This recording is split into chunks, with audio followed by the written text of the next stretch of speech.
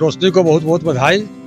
इन्होंने हाजीपुर का नाम और काशीपुर का नाम रोशन करने का काम किया है और निश्चित रूप से इनका मेधा था कि जो ये फर्स्ट में आई है और इनके माता पिता का देन है। इनको सहयोग किया पढ़ाने में और ये आगे बढ़ी है और ये बहुत ही अच्छी बात है कि हाजीपुर की लड़की और बिहार में टॉप की, ये बहुत ही अच्छी बात है। और निश्चित रूप से मैं चाहता हूँ कि ये और आगे बढ़े। आगे बढ़ने में यदि कोई कठिनाई होगा एजुकेशन में, मेरे पास भी संस्थान है एजुकेशन का, उसमें अगर जरूरत पड़ेगा तो हम हर संभव मदद करने के लिए तैयार है और निश्चित रूप से मदद करेंगे। तो वैशाली की माटी में ऐसी कौन सी बात है जो यहाँ से ज्ञान की भूमि तो कही जाती है, लेकिन यहाँ से ऐसे छात्र छात्राएं निकलते हैं जो देश दुनिया में नाम रोशन करते हैं? देखिए, वैशाली जिला गणतंत्र की भूमि है और निश्चित रूप से यहाँ के बच्चे बच्चियाँ आगे बढ़ते हैं और हर फील्ड में आगे बढ़ते हैं और किसी को सहयोग मिलता है समाज का, किसी को नहीं भी मिलता है तब भी आगे बढ़ने का काम करते हैं। आपका सहयोग रहेगा बच्ची को, जैसा कि निश्चित रूप से रहेगा और मेरे पास भी इंस्टीट्यूट वगैरह है, जहाँ चाहेगी पढ़ना, इनके भाई अगर चाहेंगे पढ़ना मेरे इंस्टीट्यूट में, हम फ्री ऑफ कॉस्ट पढ़ाने का काम करें। अच्छा, अभी शिक्षाविद रहे हैं, अभी शिक्षा से जुड़े रहे हैं, कैसे देखते हैं बिहार में अभी की जो शिक्षा व्यवस्था है, रोशनी क्या उसमें सटीक बैठती है? देखिए, शिक्षा में तो सुधार हुआ है पहले की अपेक्षा। निश्चित रूप से वैशाली की ही धरती थी जहाँ से शिक्षा के नाम पर घोटाला होता था। अब मेधावी छात्र छात्रा पास कर रही है, ये बहुत बड़ी बात है कि जिनके पास मेधा है वो पास कर रही है, आगे बढ़ रही है और जो बगलिंग नहीं हो रहा है अब, ये बहुत बड़ी बात है।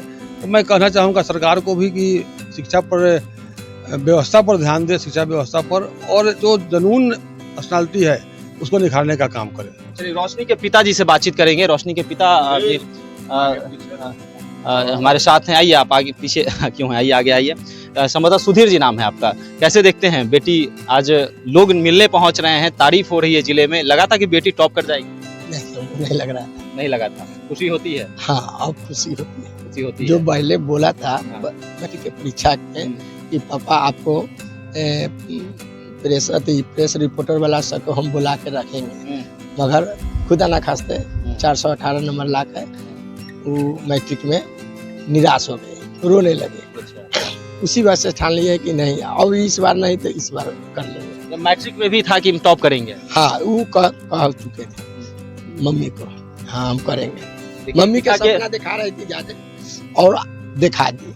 बिल्कुल, और पिता की आंखों में आप आंसू देख सकते हैं और हर कोई इस कहानी को जो देख रहा है वह आंखें जो है उनकी नम हो जा रही है, और खासकर रोशनी के लिए। अच्छा सुधीर जी, ऑटो आप चलाते थे, परिवार में कितनी कठिनाइयाँ? बहुत कठिनाइयाँ झेल के हम लोग बच्ची को पढ़ाते हैं।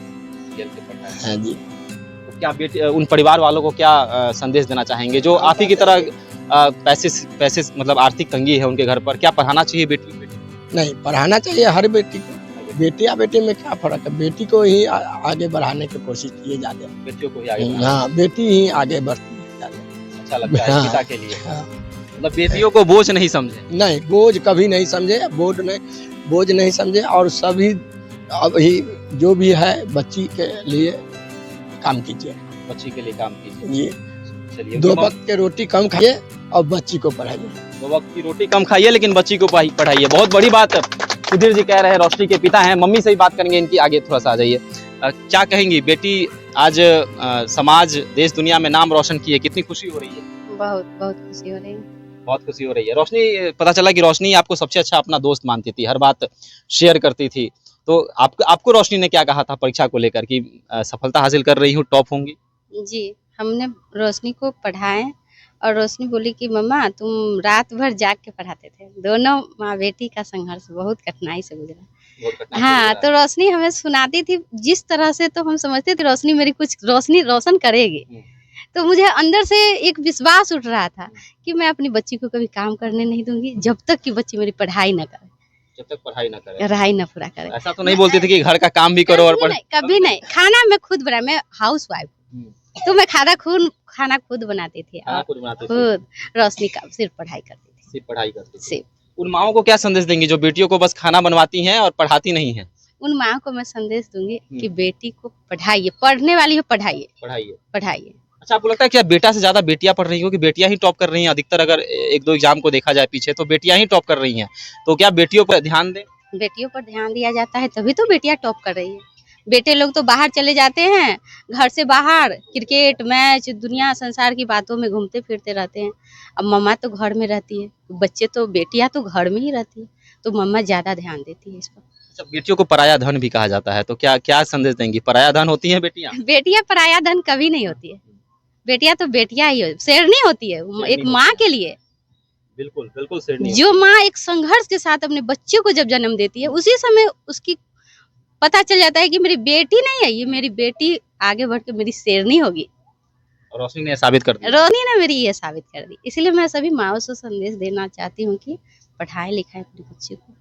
पढ़ाई लिखाई। चलिए, इस गांव के मुखिया जी हैं, क्या क्या कहेंगे? आज गांव में आपके सभी लोग पहुंच रहे हैं, पूरे मीडिया कर्मी पहुंच रहे हैं, नेता विधायक मंत्री पहुंच रहे हैं, कैसा लग रहा है?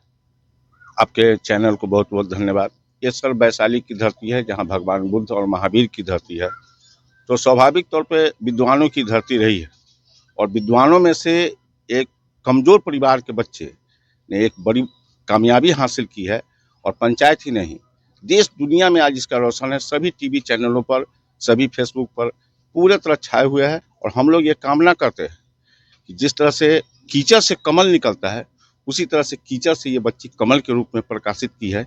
देखा जाता है कि जो गरीब परिवार है, उसके यहाँ से यदि बच्ची आई है, तो हम लोग या हमारे पार्टी की तरफ से, हमारे संस्था की तरफ से, हमारे पंचायत की तरफ से यदि किसी भी तरह की कोई समस्या उत्पन्न हो, तो बेहिचक हमें या हमारे माननीय नेता है दो कुमार बाबू, उनको सूचित करें। हम लोग तन मन धन से इनको मदद करने के लिए 24 घंटा तैयार रहेंगे। आगे के पढ़ाई में जहाँ तक सकेंगे हम लोग मदद करेंगे। हम लोगों ने इनको पिताजी को भी कहा है कि बच्ची यदि पढ़ने वाली हो तो ब्लड भी बेचना पड़े तो बेच कर बच्ची को पढ़ाना, इसमें पीछे कतई नहीं हटना। इन्हीं के साथ बहुत बहुत धन्यवाद। रवि जी, रोशनी के संघर्ष को किस प्रकार देख रहे हैं? देखिए, प्रतिभा किसी सुविधा का मोहताज नहीं होती। इस बच्ची ने, रोशनी ने साबित किया है। और वैशाली को ज्ञान की भूमि कहा गया है, और यहाँ भगवान बुद्ध को ज्ञान मिला था। इस माटी में वो खुशबू है, वो दम है कि यहाँ के बच्चे बच्चियाँ प्रतिभाशाली हैं। आपको याद होगा, पिछले 2-3 साल 4 साल पहले 2022 के आसपास 20 के आसपास में एक बच्ची वैशाली जिला में आज़ादी के बाद पहली महिला IAS बनी थी, श्रेयाश्री। उसको भी हम लोगों ने और हमारे नेता श्री देव कुमार चौरसिया जी ने समारोह पूर्वक सम्मानित किया गया था, क्योंकि आज़ादी के अमृतकाल जिसको लोग बोलता है 75 साल बाद हमारे वैशाली जिला में प्रथम महिला IAS बनी थी, और भी EBC समाज से, अति पिछड़ा समाज से। आज उसी तरह की गौरव की अनुभूति हो रही है कि ये फूस के मकान के नीचे भी प्रतिभा और सरस्वती विराजमान है। और मैं रोशनी को बहुत बहुत बधाई देता हूं, और आगे खूब पढ़े, खूब बढ़े। मैं भी भावुक हो रहा हूं। मुझे भी 3 बेटियां हैं और 2 इंजीनियर हैं गुड़गांव में, और तीसरी इस बार 10th दी है। इसलिए बेटी को बहुत बहुत बधाई और शुभकामना। भगवान इसको खूब आगे बढ़ाए, तरक्की करे, और इसी तरह माँ बाप, परिवार, देश और हाजीपुर का नाम रोशन करे। बहुत बहुत धन्यवाद। अंतिम सवाल लेकर सेशन को खत्म करेंगे।